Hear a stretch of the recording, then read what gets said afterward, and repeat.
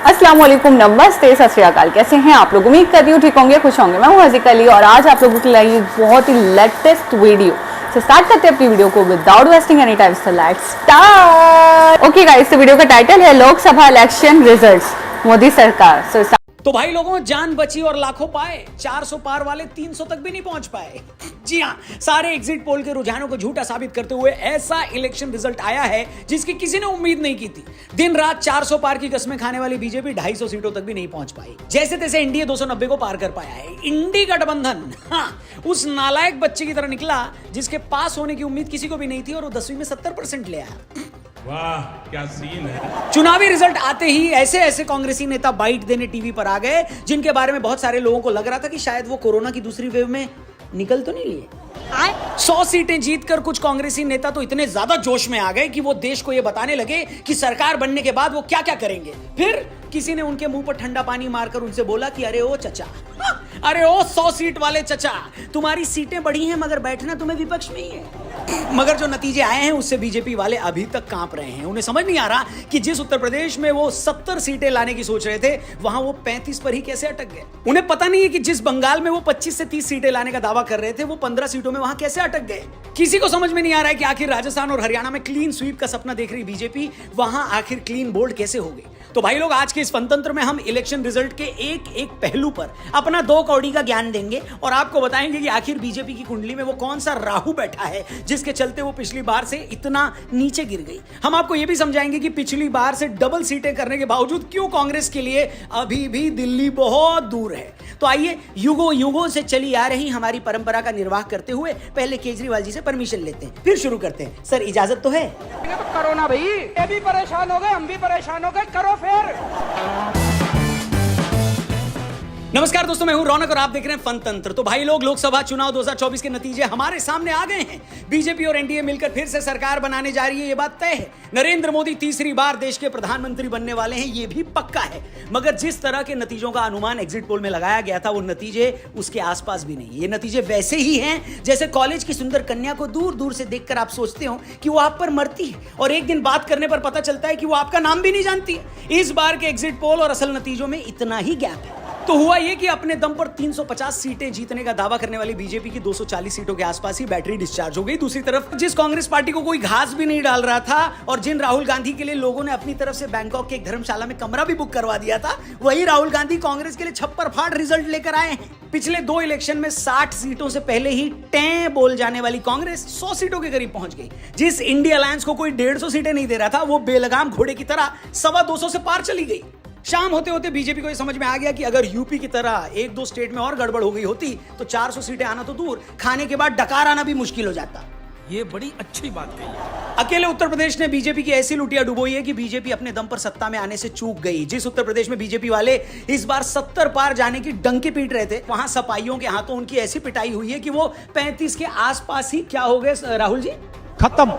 वो तो भला हो उड़ीसा जैसे स्टेट का जहां पर बीजेपी पहले से 8-10 सीटें ज्यादा ले आई। वो तो भला हो एमपी और गुजरात का जहां बीजेपी क्लीन स्वीप कर गई। वरना तो यूपी से लेकर महाराष्ट्र तक और राजस्थान से लेकर बंगाल तक जनता ने उससे जो बेवफाई दिखाई है उसमें उसकी सरकार भी जा सकती थी। तो इससे पहले कि हम डिटेल में जाएं कि आखिर बीजेपी से कहां चूक हुई जो इस बार उसे इतना नुकसान उठाना पड़ा और इस जीत में भी इंडी गठबंधन के लिए क्या सबक छिपे हैं, उससे पहले आपकी थोड़ी कमाई करवा देते। क्या है ना कि हर इंसान का अपना खुद का ओपिनियन होता है, अपनी खुद की राय होती है। बस अपनी राय यहां वहां वेस्ट मत करिए। प्रोबो पर हाँ या ना में ओपिनियन देकर लाखों रुपए जीत सकते हैं आप। डिस्क्रिप्शन में प्रोबो ऐप का लिंक दिया, उस पर क्लिक करके डाउनलोड करके मेरा कूपन कोड लगाइए, 500 रुपए तक का वेलकम बोनस मिलेगा और कई सारे सवाल। सिर्फ हाँ या ना में आपको प्रोबो पर अपना ओपिनियन देना। जैसे एक सवाल मिलेगा कि वर्ल्ड कप चल रहा है, क्या 5 जून को इंडिया आयरलैंड के सामने जीतेगी, यस या नो? क्या 8 जून को न्यूजीलैंड अफगानिस्तान से जीतेगी, यस या नो? ऐसे आसान से सवालों के जवाब देकर जीतिए लाखों रुपए मर्सिडीज और महिंद्रा थार, और जीतने के बाद उसे आसानी से विड्रॉ भी कर सकते हो। और क्या लोगे मेरे यार, जल्दी से प्रोबो डाउनलोड करो, डिस्क्रिप्शन में लिंक दिया। वीडियो में आगे बढ़ते हैं।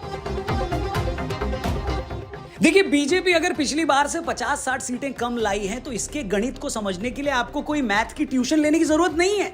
मोटे तौर पर यूपी, राजस्थान, बंगाल और महाराष्ट्र में बीजेपी के खराब परफॉर्मेंस ने उसका कूड़ा कर दिया। पिछली बार की 62 सीटों के मुकाबले बीजेपी इस बार अगर यूपी में 25-30 सीटें कम लाई हैं तो इसके कारण सामने आए हैं। बीजेपी ने ऐसे ऐसे कैंडिडेट को मैदान में उतारा जिन्हें जनता तो क्या, उनके घर वाले भी पसंद नहीं करते थे। इसके अलावा बीजेपी के 400 पार के नारे पर विपक्ष ने यह माहौल बनाया कि अगर बीजेपी को 400 सीटें मिल गई तो मोदी जी संविधान बदल देंगे, आरक्षण खत्म कर देंगे और तो और मोदी जी तो आपके तंदूर से आपकी रोटी भी चुरा ले जाएंगे। और इन सब से ओबीसी और एससी में डर का माहौल बनाया गया और बड़े लेवल पर बीजेपी के खिलाफ वोट पड़े। इसके अलावा समाजवादी पार्टी ने टिकट देने में काफी समझदारी दिखाई। मायावती ने ऐसे कैंडिडेट्स उतारे जिन्होंने आखिर में बीजेपी के ही वोट काटे। साथ ही पेपर लीक और अग्निवीर जैसी योजनाओं से भी जो यंगस्टर्स थे वो बीजेपी से नाराज दिखाई दिए। इसी तरह राजस्थान में भी बीजेपी ने जहां पिछली बार 25 में 25 सीटें जीती थी, इस बार वो सिर्फ 14 सीटें जीत पाई। यूपी की तरह यहां भी गलत टिकट वितरण, ज्यादातर जगह तो गलत कैंडिडेट की वजह से लोकल समीकरण बिगड़े और बीजेपी को हार झेलनी पड़ी। शेखावटी रीजन में जाटों की नाराजगी, SC/ST वोट का बीजेपी के खिलाफ जाना, यह बड़ा फैक्टर साबित हुआ। महाराष्ट्र में पिछली बार बीजेपी और शिवसेना मिलकर लड़े तो उन्होंने महाराष्ट्र की 48 में से 41 सीटें जीती थी, लेकिन इस बार एकनाथ शिंदे गुट की शिवसेना और अजीत पवार की एनसीपी के साथ जाने का बीजेपी के डिसीजन को जनता ने ठेंगा दिखाया और बीजेपी को महाराष्ट्र में 20 सीटों के करीब नुकसान उठाना पड़ा। लेकिन बीजेपी के लिए सबसे सरप्राइज हार हो गई बंगाल से। पार्टी को उम्मीद थी कि वो लास्ट टाइम की अपनी 18 सीटों की जो टैली थी उसको इंप्रूव करेगी, लेकिन इस बार बंगाल में वो 10-1 सीटों के आसपास ही सिमट गई। कुल मिलाकर इन 4 स्टेट में जो लॉस हुआ, बीजेपी उसे ओडिशा जैसे स्टेट में मिले 10 सीटों के गेन से भर नहीं पाई। मगर जैसा कि हमने आपको बताया, गुजरात, MP, बिहार, छत्तीसगढ़, दिल्ली, उत्तराखंड और हिमाचल जैसे राज्य ने 2019 की तरह इस बार भी बीजेपी की झोली भर भर कर सीटें दी, जिसके चलते बीजेपी 240 सीटों का आंकड़ा पार कर गई और टीडीपी, जेडीयू और एलजेपी के अच्छे परफॉर्मेंस की वजह से एनडीए बड़े आराम से 272 के मैजिक फिगर को पार कर गई। सहयोगी भी अगर बीजेपी की तरह बिछ गए होते तो बीजेपी का रायता फैल सकता था। अब सवाल यह है कि इस इलेक्शन रिजल्ट में कांग्रेस और इंडी गठबंधन वालों के लिए मैसेज क्या है। अब आप इसको ना 2 तरीके से देख सकते हो। देखने का नजरिया एक ये है कि जो कांग्रेस पार्टी पिछली बार 55 सीटों के आसपास जीती थी, इस बार वो 100 को टच कर गई। आखिरी बार कांग्रेस ने जब 100 सीटें जीती थी तब ऋषभ पंत पापा की साइकिल पर बैठकर स्कूल जाते थे और अमूल का 1 लीटर दूध 10 रुपए का आया करता था उस टाइम। इसलिए उनका खुश होना तो बनता है। जो यूपीए पिछली बार 130 सीटें जीत पाई थी, अगर इस बार वो 230 सीटें जीत गई है तो उनका तो भैया कांच पर नाचना बनता है। मगर अब मैं जो कहने वाला हूं वो बीजेपी और कांग्रेस दोनों के सपोर्टर्स एकदम ध्यान से सुनेगा, ठीक है। और बात ये है ना बॉस कि भले ही बीजेपी की 40-50 सीटें कम आई मगर सरकार तो अब भी एनडीए की ही बन रही है। इंडी गठबंधन वाले बीजेपी को चाहे कितना ही क्यों ना चिढ़ा लें, लेकिन सच भी यही है कि अब भी बीजेपी की अकेली इतनी सीटें आई हैं जितनी इंडी गठबंधन में शामिल 30 पार्टियों की मिलाकर नहीं आई हैं। हेलो। तीसरी बात यह है कि जब भी कोई पार्टी 10 साल से रूल कर रही हो तो उसके खिलाफ एक जायज एंटी इनकम्बेंसी होती है। अब उस एंटी इनकम्बेंसी के बावजूद अगर भारतीय जनता पार्टी तीसरी बार सरकार बना रही है तो क्या यह कम बड़ी बात है? बात तो सही है। मुझे याद है 2009 में 5 साल राज करने के बाद जब कांग्रेस की 206 सीटें आई थी तो इसे उसके काम पर जनता की मुहर बताया गया था। अगर 5 साल बाद 206 सीटें लाना सरकार के काम पर जनता की मुहर है तो फिर बीजेपी तो 10 साल बाद 240 सीटें ला रही है। वहीं कांग्रेस ने जब 10 साल राज किया तो उसके बाद 2014 में उसकी टोटल सीटें 44 थी, यानी कि आज की बीजेपी से 200 सीटें कम। दूसरी बात, कांग्रेस अपनी सीटें 100 टच करने पर खुश हो सकती है, मगर यह भी सच है कि अगर 10 साल तक बीजेपी के खिलाफ इतना गुस्सा था, इतनी नाराजगी थी, उसके बावजूद बीजेपी कांग्रेस से 2.5 गुना ज्यादा सीट ला रही है तो यह कांग्रेस के लिए अच्छी बात नहीं है ब्रो। एंटी इनकम्बेंसी का फायदा तो कांग्रेस को उठाना चाहिए था। तीसरी बात, जब कोई पार्टी लगातार चुनाव जीतती है तो बीच में एक आध बार ऐसा होता भी है कि उसकी कुछ सीटें कम हो जाएं। जैसे बीजेपी गुजरात में पिछले 35 साल से चुनाव जीत रही थी, मगर 2017 के विधानसभा चुनाव में जब उसकी 99 सीटें आई तो उसके विरोधियों ने कहा कि देखो बीजेपी गुजरात में खत्म होने वाली है। मगर हुआ क्या? 2022 के इलेक्शन में बीजेपी को 156 सीटें आई और कांग्रेस का सुपड़ा साफ हो गया। बोले तो कांग्रेस क्या हो गई राहुल जी? खत्म। ये उसी तरह है जैसे क्रिकेट के मैच में होता है। अगर आप कुछ मैच आसानी से जीतते हैं, कुछ मैच में फाइट होती है, मगर आखिर में मैटर यही करता है कि जीता कौन। तो भाई सच्चाई यही है कि जीती तो इस बार भी बीजेपी ही है। कांग्रेस को भले ही 100 सीटें मिली, इंडी गठबंधन भले ही 225 को टच कर पाया, इससे उन्हें एनर्जी भी मिलेगी, लेकिन यह भी सच है कि क्रिकेट मैच की तरह अगले चुनाव में उन्हें भी फिर से 0 से स्टार्ट करना पड़ेगा। और जहां तक बीजेपी की पॉलिटिक्स का सवाल है, एक बात के लिए तो उनकी तारीफ करनी पड़ेगी कि वो अपनी गलतियों से सीखते बहुत जल्दी हैं। बीजेपी सरकार को यह सीखना ही पड़ेगा कि जनता को यह बात पसंद नहीं आई कि आपने किसी से भी गठबंधन कर लिया, दूसरी पार्टियों से आए लोगों को टिकट दे दिया। बीजेपी को यह भी समझना होगा कि जब आपको अपनी वेलफेयर स्कीम पर भरोसा है, आपको अपने टॉप लीडर पर भरोसा है, तो फिर बाकी की चालाकियों से बचना चाहिए। तो बस एक बार फिर से जो जीते हैं उनको भी बधाई और जो अच्छे से लड़े उनको भी बधाई। मगर यह अफवाह कौन फैला रहा है कि हारे जीते चाहे कोई भी, आखिर में सरकार नीतीश कुमार की बनती है? हमारा सारा विश्लेषण ठीक है, बस ये ना पता लगे कि रात को नीतीश जी की अंतरात्मा ने उन्हें कुछ और समझा दिया और सुबह झोला उठाकर वो किसी और गठबंधन में चले गए। इसलिए मेरा एनडीए और इंडी गठबंधन के नेताओं से यही अनुरोध है कि भाई बार बार नीतीश जी को फोन मत लगाओ, बात करनी है तो उनकी अंतरात्मा से बात करो, क्योंकि आखिर में सारे फैसले तो अंतरात्मा ही लेती है। हेलो, इधर हम गायब हो गए थे तभी हम फिर आपके साथ। बाकी आपके इस रिजल्ट पर क्या कहना है, क्या ओपिनियन है, कमेंट करके जरूर बताना। और जाने से पहले डिस्क्रिप्शन में जाना, वहां पर लिंक दिया है, उस पर क्लिक करके प्रोवो ऐप डाउनलोड करना। वहां पर भी ओपिनियन यस या नो में देकर आप लाखों जीत सकते हो। और वर्ल्ड कप चल रहा है तो बहुत सारे प्राइजेस आपका इंतजार कर रहे हैं। मेरा कूपन कोड लगाकर वेलकम बोनस भी पाना और जाने से पहले चैनल को सब्सक्राइब करके जाना। इस नतीजे ओके गाइस, तो मतलब एक बहुत ही बेताबी से जिस चीज़ का इंतज़ार था, समझिए ये वो रिजल्ट्स थे और ये वो इलेक्शन था जिसके लिए काफ़ी सारे लोग बेसब्री से इंतज़ार कर रहे थे, इवन मैं भी, कि इस बार किसकी सरकार बनेगी, इस बार कौन आएगा, इस बार कौन इंडिया को आगे लेकर चलेगा, मज़ीद इंडिया की कमान कौन संभालेगा। अच्छा, इलेक्शन जब होते हैं, चाहे वो पाकिस्तान में हो चाहे वो इंडिया में हो, एक अजीब सी जुस्तजू होती है, एक अजीब सी तशवीश होती है लोगों को, सबको, चाहे वो इंडियंस हों चाहे वो पाकिस्तानीज़ हों या कंट्री वाले हों, आउट ऑफ कंट्री वाले हों, तो सबकी नज़र, सबकी निगाह रिजल्ट्स पर होती है, आंकड़ों पर होती है कि यार कितने मतलब कौन सी पार्टी कितनी सीट्स लेकर गई है, कौन सी पार्टी को कितने वोट्स मिले। हमारे यहाँ तो खैर एक शो सा लग रहा होता है, एक इवेंट सा लग रहा होता है, ऐसा लगता है कि शायद यार आज कुछ जैसे ईद होती है, बकरा ईद होती है, वैसे हमें लग रहा होता है कि जिस दिन इलेक्शन होता है उस दिन भी कोई इवेंट है, कोई फेस्टिवल है। जिस तरीके से आंकड़े आ रहे होते हैं, जिस तरीके से न्यूज़ चैनल्स लगाकर सब बैठे होते हैं, कमरों में दर्द हो रहा होता है लेकिन उठने का नाम नहीं ले रहे होते हैं, ताकि पता चल जाए कि एग्जैक्टली कौन सी पार्टी आने वाली है, एग्जैक्टली कौन अब पाकिस्तान को आगे लेकर चलने वाला है। तो बिल्कुल ऐसे ही होता है हर कंट्री में कि सबकी निगाह सिर्फ और सिर्फ रिजल्ट्स पर होती है। अच्छा, रिजल्ट्स जो हैं काफ़ी अनएक्सपेक्टेड है मेरे हिसाब से। मैं जहाँ तक समझ रही हूँ, या मैंने जितना पॉलिटिक्स को समझा है, या मैंने जिस तरीके से इंडियन लीडर्स को और इंडियन पॉलिटिक्स को समझा है, वहाँ तक मुझे ऐसा लगता है कि रिजल्ट्स बहुत ज़्यादा अनएक्सपेक्टेड। ये बात इस बिना पर कर रही हूँ कि मुझे ऐसा लगता था कि शायद अब पॉलिटिक्स जो है, यानी कि जो सियासत है, वो एक जगह मुंजमद हो गई है। यानी कि मुंजमद का मतलब ये होता है कि शायद अब एक ऐसी स्टेट में है जिसको टस से मस करना मुश्किल है, थोड़ा सा नामुमकिन है। इसके लिए बहुत एफर्ट्स चाहिए होंगी, क्योंकि बीजेपी ने जिस तरीके से अपनी एक धाक बिठाई है, ये इस बात का इनकार, इस बात को डिनाई कोई भी पार्टी नहीं कर सकती, कोई भी पर्सन नहीं कर सकता जो जहाँ तक समझ पाया है बीजेपी को, जो इतना समझ पाया है पॉलिटिक्स को, तो वो इस बात को 110% एक्सेप्ट करेगा कि बीजेपी का एक जो असर है, एक इन्फ्लुएंस है, वो बहुत इंटेंस है। और वाकई उन्होंने अपनी कारकर्दगी से जो बोलना चाहिए, जो बात है, क्योंकि मैं पहले भी बहुत सारी नॉलेज है मुझे बीजेपी के बारे में, और बीजेपी एक ऐसी पार्टी है जिसके बारे में आप जितना जान लो लगता है कम है, यानी मज़ीद अभी बहुत कुछ जानना है। अच्छा, उसके रूल्स रेगुलेशन के हवाले से मैंने एक वीडियो देखी थी जिसके अंदर बताया गया था कि वो कितने स्ट्रिक्ट हैं, वो कितने मतलब अपने काम को लेकर, अपने ओहदों को लेकर, अपनी पोस्ट को लेकर कितने लॉयल हैं, अपने मतलब जिस ओहदे पे वो फाइज हैं उस ओहदे को लेकर वो कितने लॉयल हैं। इस हवाले से एक वीडियो थी और काफ़ी सारी बातें मेरे दिमाग में, बीजेपी का जब भी मैं नाम लेती हूँ तो उस वीडियो के हवाले से बहुत सारी बातें मेरे दिमाग में घूमने लग जाती हैं।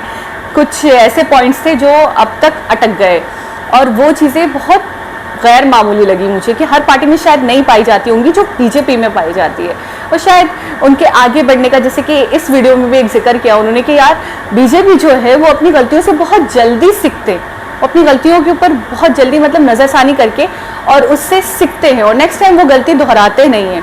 अच्छा, तो इसी चीज़ों के बलबूते पर, इसी चीज़ की बिना पर मुझे ऐसा लगता था कि यार मोदी जी जो हैं वो आएंगे, ठीक है, और बेशक मोदी जी आए हैं इस बार भी, और शायद उनको हटाना, उनकी पार्टी इतनी मजबूत है और माशाल्लाह उन्होंने जिस तरीके से परफॉर्मेंस दी है, जिस तरीके से वो इंडिया को लेकर गए हैं, जो प्रोग्रेस उन्होंने दिखाई अपने दौरे हुकूमत में, मुझे नहीं लगता था कि जनता उन्हें मतलब वोट नहीं देगी या शायद ऐसा होगा कि उनका वोट बैंक कम हो जाएगा। लेकिन वाकई हैरत अंगेज़ है वेस्ट बंगाल के हवाले से यूपी के हवाले से, राजस्थान के हवाले से, और गुजरात में भी वो कह रहे हैं वैसे रिजल्ट्स हैं।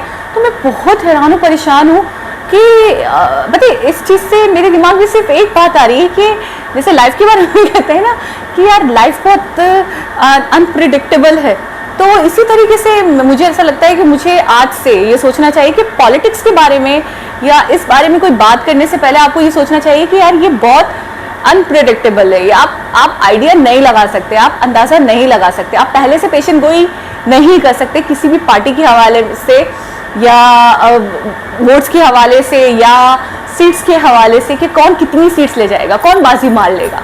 क्योंकि इस बार जो रिजल्ट्स हैं वो आके हैरान कुन है, कहीं भी 11 सीट्स भी ली हैं बीजेपी ने, मतलब वाकई में एक्सपेक्ट नहीं करी थी। अच्छा पहले 18 ली थी, इस बार 11 ली है, ठीक है, यानी और मजीद कम। और वो ये कह रहे थे कि शायद मजीद सुधार आएगा, वाकई उन्होंने मैं बोलूँगी काम किया है, काम करती है बीजेपी, और मोदी सरकार ने भी काम किया है। इस बात को कोई भी नज़रअंदाज नहीं कर सकता, इस बात को कोई भी डिनाई नहीं कर सकता कि बहुत अच्छा रहा उनका दौरे हुकूमत, बहुत अच्छा रहा, बहुत तरक्की याफ्ता मतलब रहा, हर चीज़ में बहुत तरक्की हुई है और इंडिया आगे से आगे बढ़ा है, मामलात बहुत अच्छे रहे हैं, फॉरेन अफेयर्स बहुत अच्छे रहे हैं, दूसरे कंट्रीज़ के साथ मरासिम बहुत अच्छे रहे हैं, डेवलपमेंट में बहुत काम हुआ है, इंफ्रास्ट्रक्चर में बहुत काम हुआ है, न्यू प्रोजेक्ट्स बहुत सारे, मेट्रो के हवाले से ले लें आप, और बुलेट के हवाले से इतनी अपडेट्स, इतनी दिल्ली मुंबई एक्सप्रेस वेज, यानी कि वाकई बेतहाशा काम हुआ है। मैं ये कहूँगी कि यार ये तो कहना बहुत गलत होगा, ज़्यादती हो जाएगी कि अगर हम ये कह दें कि हाँ मोदी सरकार ने काम नहीं करा, शायद इस वजह से जनता ने ऐसा किया है। अच्छा इसके पीछे का जो रीज़न है ना, मैं आइडिया नहीं लगा सकती कि वाकई मैं बहुत दूर बैठी हूँ और मैं सिर्फ चीज़ों को सामने से देख पा रही हूँ, लेकिन आप लोग ऐसे देख रहे हो, आप लोगों को सब पता है। तो मुझे कमेंट्स में बताइएगा कि इसके पीछे जो आप लोगों को लगता है कि क्या रीज़न रहा कि मतलब जनता ने क्यों वोट्स नहीं दिए और किस वजह से इतनी कम सीट्स आई। खैर अभी भी 240 सीट्स ली हैं बीजेपी ने और दो पार्टीज़ ने मिलकर सरकार बनाई है और अभी भी मोदी जी ही आए हैं सत्ता में, हुकूमत में। उसके बावजूद भी दूसरों को उन्होंने पिछाड़ा है, यानी कि वोट बैंक उनका फिर भी कम हुआ है, सीट्स उनकी फिर भी कम हुई हैं पहले से, लेकिन इसके बावजूद भी रिजल्ट्स ऐसे आए हैं कि कांग्रेस को, दूसरी पार्टीज को उन्होंने पिछाड़ दिया है, ठीक है। अच्छा कांग्रेस ने जो हैरत अंगेज परफॉर्मेंस दिखाई है, मैं हैरान हूँ, क्योंकि कांग्रेस के हवाले से बहुत कुछ सुनने का मिलता है कि यार कांग्रेस जो है ना बस अब बची नहीं है, ऐसी वाली बातें, और बची नहीं है और मज़ीद इनका अब कुछ होने वाला नहीं है, इस टाइप की चीज़ें सुनती रहती हूँ मैं कांग्रेस के हवाले से, और काफ़ी मीम्स, काफ़ी बातें। लेकिन वाकई हैरान परेशान हूँ मैं, इतने अच्छे रिजल्ट्स, इतनी सारी सीट्स कांग्रेस लेकर चली गई, बड़ी बात है, बहुत बड़ी बात है, इनकी एक बहुत बड़ी कामयाबी है, इसे सेलिब्रेट करना चाहिए बिल्ला शुबा, क्योंकि बहुत बड़ी चीज़ है कि आवाम ने आपको पसंद किया, जनता ने आपको पसंद किया। लेकिन फिर भी मैं बहुत खुश हूँ इसलिए क्योंकि मैं सपोर्ट करती हूँ मोदी जी को और मुझे बहुत खुशी हो रही है कि इस बार भी सत्ता में वो ही आ रहे हैं, इस बार भी इंडिया की कमान वो ही संभाल रहे हैं और तहे दिल से उन्हें बहुत सारी बधाई, बहुत सारी मुबारकबाद। और मैं तो चाहूँगी अगर 10 बार भी वो आए तो भी कम है, बार बार वो आते रहे, लेकिन शायद ये पॉसिबल है नहीं। लेकिन अभी तक के लिए मुझे बहुत खुशी है, बहुत अच्छा लग रहा है और वाकई अब लग रहा है कि पहले थोड़ी सी ना मतलब हार्ट बीट तेज़ हो रही थी जब पता चला था कि इलेक्शन हो रहा है, पता नहीं अब कौन सी पार्टी आएगी, लेकिन अब यकीन करें थोड़ा सा एक मुतमईन हो रही हूँ और मुझे ऐसा लग रहा है कि इंडिया अभी भी सेफ हाथों में, इंडिया आगे ही बढ़ेगा, इंडिया अभी भी मज़ीद तरक्की ही करेगा। क्योंकि दूसरी पार्टीज़ के बारे में इतना ज़्यादा नॉलेज है नहीं मुझे, तो जिस तरीके से एज ए पाकिस्तानी मैंने हालात देखे हैं, जिस तरीके से मैंने पॉलिटिक्स देखी है, मैंने देखा है कि पॉलिटिक्स पूरे कंट्री को तबाह बर्बाद कर देती है। एक लीडर जिसके हाथ में सत्ता हो, जिसके हाथ में पावर हो, जिसके हाथ में डिसीजन मेकिंग की सलाहियत हो और वो अगर तरीके से लेकर ना चले अपने कंट्री को, अगर वो सही फैसले सही वक्त पर ना करे तो कंट्री बर्बाद हो सकता है, कंट्री बर्बाद हो जाते हैं। तो इस चीज़ के लिए बहुत मेरे दिल में डर और खौफ था। खैर अब मैं बहुत बहुत मुतमईन फील कर रही हूँ, बहुत खुशी फील हो रही है, लेकिन करे खुद से मिठाई खाने का दिल कर रहा क्योंकि मोदी जी तो खिलाएंगे नहीं। खैर बहुत बहुत बहुत बहुत बधाई हो मोदी जी को। दोबारा किसी और वीडियो के साथ आपसे मुलाकात होगी, जब तक अपना बहुत सारा ख्याल रखें और वाओ फैक्ट 2.0 को सब्सक्राइब करना, वीडियो को लाइक करना, दूसरों के साथ शेयर करना और बेल आइकन को प्रेस करना बिल्कुल ना भूलें, ताकि आने वाली हर वीडियो का नोटिफिकेशन आपको टाइम टू टाइम मिलता रहे। सो दोबारा आपके साथ शेयर करूंगी अपने जज्बात, अपने एहसास, अपने ख्यालात एक नई वीडियो के साथ। तब तक अपना बहुत सारा ख्याल रखें। अल्लाह हाफिज़।